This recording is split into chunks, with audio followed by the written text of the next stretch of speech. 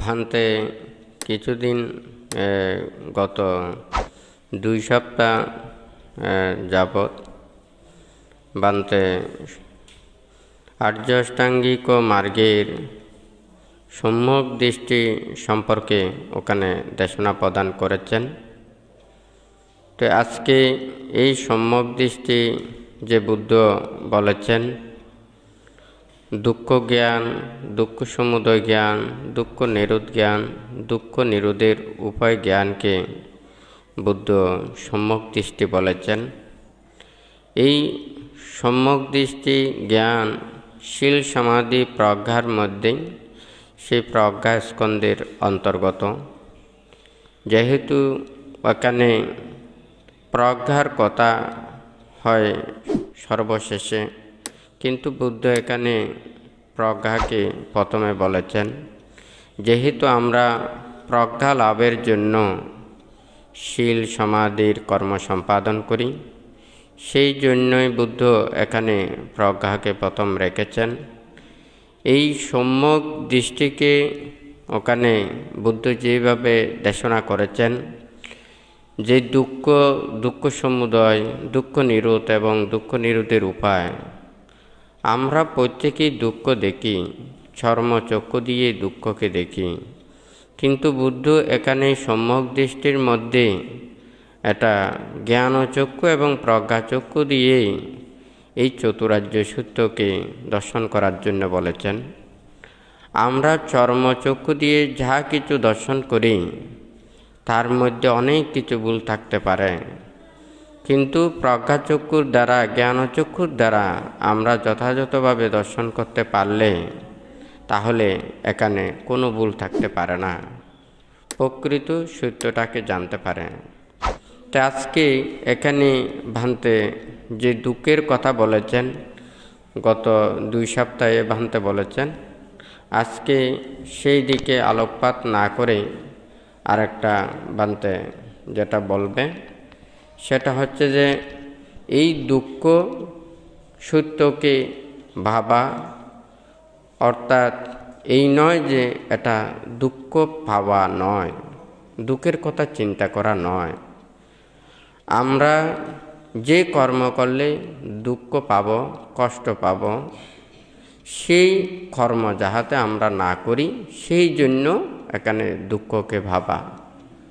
তো ভান্তে এখানে আগেও বলেছেন, আমরা বৃক্ষকে যত্ন করি একটা ফলের জন্য, সেই ফল যেমন আমরা পাবার আশায় বৃক্ষকে যত্ন করি, এই দুঃখকে ভাবা মানে আমরা দুঃখের কর্ম না করা, দুঃখ সৃষ্টি না করা এবং পরবর্তীতে দুঃখ না পাবার জন্যই এখানে বুদ্ধ দুঃখকে ভাবতে বলেছেন। কিন্তু অনেকেই এটাকে মনে করেন আমরা জাগতিকভাবে যা কিছু দুঃখ কষ্ট পাই শুধু সেগুলো নিয়ে ভাবা, কিন্তু সেটা নয়। আজকে ভান্তে এইভাবে বলবেন যে কি, যেমন দুঃখ, যদি আমরা দুঃখটাকে চিনি তাহলে এই দুঃখ কোথা থেকে উৎপন্ন হয় সেই কথাটা আমরা চিন্তা করব, এবং এই দুঃখকে কীভাবে নিরোধ করা যায় সেটা আমরা চিন্তা করব, এবং নিরোধের উপায়টা আমরা তখন প্রচেষ্টা চালাব। ঠিক তদ্রূপ আলো ছায়ার মতো দুঃখ এবং সুখ, সুখ না থাকলে দুঃখটাকে চেনা যায় না, আবার দুঃখ না থাকলে সুখটাকে চেনা যায় না। আলো যেমন, আলো আর অন্ধকার একটা পারস্পরিক যেমন একটার সাথে একটা জড়িত, ঠিক তদ্রূপ দুঃখ এবং সুখের সাথেও একটার সাথে একটা জড়িত। আমরা দুঃখ চাই না, প্রত্যেকেই সুখ চাই। তো বুদ্ধ ওখানে বলেছেন দুঃখের কথা ভাবা মানে দুঃখ পাওয়া নয়, আমরা সুখটাকে অন্বেষণ করা। তাহলে বুদ্ধ ওখানে কি বলেছেন? নির্বাণ সুখের কথা বলেছেন।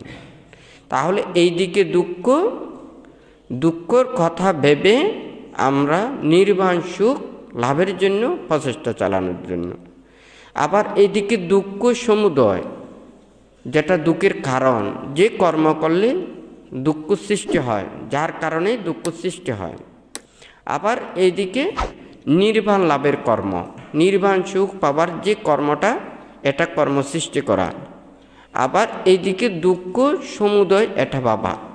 তো দুঃখ সমুদয়ের মধ্যে দুঃখের কারণ ওখানে তৃষ্ণার কথা বলেছে, লোভ দেশ মোহ, এটার কারণেই কি দুঃখের কারণ। আবার এইদিকে নির্বাণ লাভের কর্ম সম্পাদন করা এবং নির্বাণের জন্য ত্যাগময় কর্ম সম্পাদন করা, এটা হচ্ছে যে এদিকে সুখ, নির্বাণ সুখ লাভের কারণ। অর্থাৎ এগুলোই কর্ম সম্পাদন করলে নির্বাণ লাভ করা যায়। এদিকে দুঃখ নিরোধ, দুঃখ সেটা পরিত্যাগ করা, অর্থাৎ ওখানে দুঃখটা সম্পূর্ণ নিঃশেষ করা। আবার এইদিকে নির্বাণ লাভ করা, নির্বাণ সুখ প্রাপ্ত হওয়া। তারপর এইদিকে দুঃখ নিরোধের উপায় যে আর্যাষ্টাঙ্গিক মার্গ, যে কর্ম সাধন করলে এখানে দুঃখ নিরোধ করা যায়। আবার এইদিকে নির্বাণ লাভের উপায়, একটার সাথে একটা জড়িত। এটা দুঃখ আমরা চাই না, সুখটাই চাই। দুঃখটাকে আমরা রাখার অর্থ হচ্ছে কি সুখের কর্মটা দেখার জন্য। অন্ধকার যেমন অন্ধকারে কোনো কিছু দেখা যায় না, কিন্তু আলোকিত হলে ওখানে যেমন সুস্পষ্টভাবে দেখা যায়, ঠিক তদ্রূপ আমাদের যদি দুঃখটা যদি না থাকতো, মানুষের মধ্যে অভাব অনটন, রোগ শোক, ভয় উপদ্রব, নানান কিছু এগুলো যদি না থাকতো, তাহলে কোনো মানুষ ধর্ম পুণ্যকর্ম, সৎকর্ম, শীল বিনয় ধর্ম এগুলো আচরণ করতো না। ওই দুঃখকে চায় না বিদায়, কষ্টকে চায় না বিদায়, সবাই সুখের সন্ধানের জন্য ধর্ম আচরণ করতে চায়, ভালো কর্ম করতে চায়, সৎকর্ম করতে চায়। তাহলে ওই দুঃখটা এই নয় যে আমাদের কোনো এটা অভিশাপের মতো নয়, এটা একটা আশীর্বাদের মতো। ওই দুঃখ যদি না থাকতো তাহলে সুখের সন্ধান করতো না। মানুষ যদি প্রশংসা না করত তাহলে মানুষ পাপকর্ম এগুলো পরিত্যাগ করতো না। কারণ পাপকর্ম করলে মানুষ নিন্দা করে, তিরস্কার করে, দুর্ব্যবহার করে, খারাপ বাক্য ভাষণ করে। এটা কিন্তু কেউ চায় না। সবাই কিন্তু ওখানে প্রশংসা পেতে চায়, দুঃখ পেতে চায় না, সুখ পেতে চায়, অশান্তি পেতে চায় না, শান্তি পেতে চায়। তাহলে অশান্তিটা যদি না থাকতো তাহলে শান্তির কথা আসতো না। দুঃখ যদি না থাকতো সুখের কথা চিন্তা করতো না। তো বুদ্ধ সেই জন্য এখানে দুঃখের কথা ভাবতে বলেছেন। এই যে অজস্র প্রাণী এখানে দুঃখ পাচ্ছে, আমরা মানবকুলে জন্ম লাভ করেও মানুষের মধ্যে অনেক কিছু শক্তিশালী হওয়ার পরেও মানুষের মনের মধ্যে অনেক পাপ রয়েছে, লোভ দেশ মোহ হিংসা বিদ্বেষ, নানান ধরনের অকুশল চেতনাগুলো। তাহলে একজন মানুষ ওনার যদি শারীরিকভাবে সে যদি সুস্থতা থাকে, শরীর যদি ভালো থাকে, এখানেও একটা শান্তি লাভ করা যায়। আবার মনের মধ্যেও যদি শান্তি থাকে, মনের মধ্যে যদি কোনো কারো প্রতি হিংসা না থাকে, বিদ্বেষ না থাকে, কারো প্রতি অনিষ্ট কামনা যদি এগুলো যদি না থাকে, তাহলে এখানেও একটা আরও বেশি ওখানে শান্তি লাভ করা যায়। তাহলে বুদ্ধ এখানে দুঃখগুলো দেখাই দিয়েছেন সুখের সন্ধান করার জন্য। তাহলে যখন সে যত বেশি দুঃখ ওখানে দেখবে, সে তত বেশি সুখের জন্য উদ্গ্রীব হবে, সুখ পাবার জন্য। হ্যাঁ, যেমন একজন যখন অন্যায় করে কিংবা অপরাধ করে, যে যত বেশি গুরুতর অপরাধ করে তাকে তত বেশি শাস্তি দেয়, হয় নাকি না? তাহলে এটা কি জন্য দেয়? সে যাহাতে সেই গুরুতর অপরাধ কর্ম যাতে সে পরিত্যাগ করে। সেই গুরুতর অপরাধ কর্মকে যদি লঘুতর শাস্তি দেয় তাহলে সে কিন্তু ওটা পরিত্যাগ করার জন্য চেষ্টা করবে না। তাহলে যেটার জন্য যত বেশি শাস্তি দেবে সেটা তত বেশি পরিত্যাগ করার জন্য চেষ্টা করবে, হয় নাকি না? তাহলে যে যত বেশি দুঃখটাকে জানবে সে তত বেশি সুখের জন্য ওখানে উদ্গ্রীব হবে। তাহলে বুদ্ধ বলেছেন এটা দুঃখটাকে ভাবা মানে দুঃখের কর্মটা সৃষ্টি না করা।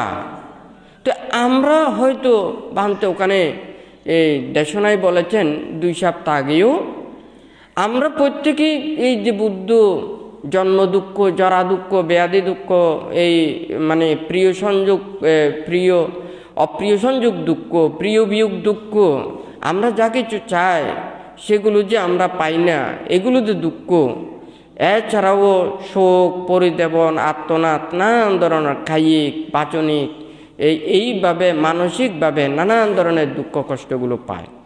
এগুলো কিন্তু কেউ দেখছে না তা নয়, প্রত্যেক মানুষ দেখতেছে, জন্ম থেকে এগুলো দেখতেছে। অন্যায়কারীরা, অপরাধকারীরা তাও দেখতেছে, পাপীদের কেউ দেখতেছে, পুণ্যবানও দেখতেছে, এত কষ্ট পাচ্ছেও দেখতেছে, কিন্তু জ্ঞান উৎপন্ন হচ্ছে না। তাহলে লৌকিকভাবে চর্মচক্ষু দিয়ে সবাই দেখতেছে, কিন্তু জ্ঞানচক্ষু প্রজ্ঞাচক্ষু সেটা কি, এটা দিয়ে না দেখলে কিন্তু সে যথাযথভাবে বুঝতে পারবে না। আমাদের যেমন অনেক সময় প্রতিটা মুহূর্তে পরিবর্তন হয়। দেখুন, আমরা যখন খিদে উৎপন্ন হয় তখন আমরা কিন্তু ওখানে যা কিছু রুচিসম্মত সেগুলো গ্রহণ করি। প্রথমে যখন গ্রহণ করি তখন কিন্তু আমাদের খুব ভালো লাগে, স্বাদ লাগে। যত এদিকে পেট ভরতে থাকে তত ওই স্বাদটা একটু একটু কমে যায়। অথচ কিন্তু ওই জিনিসটা তো বরাবরই থাকে, কিন্তু আমাদের রুচি পরিবর্তন হয়ে যায়, হয় নাকি না? তাহলে মানুষের শুধুমাত্র খাওয়ার সময় ওখানে 5 মিনিট, 10 মিনিট, 20 মিনিটের মধ্যে কতটুকু পরিবর্তন সাধিত হয়। হ্যাঁ, তাহলে এই চতুরার্য সত্যকে উপলব্ধি করার জন্য এইভাবে বারবার মানসিকভাবে পরিবর্তন করলে হবে না। হ্যাঁ, এই ওখানে ধর্মের প্রতি যথাযথভাবে শ্রদ্ধা, ভক্তি, বিশ্বাস এটা উৎপন্ন হতে হবে। এই দুঃখটাকে যথাযথভাবে জানতে হবে। নির্বাণ লাভের জন্য সেটা মানে একাগ্র চিত্তে এটা প্রচেষ্টা চালাতে হবে।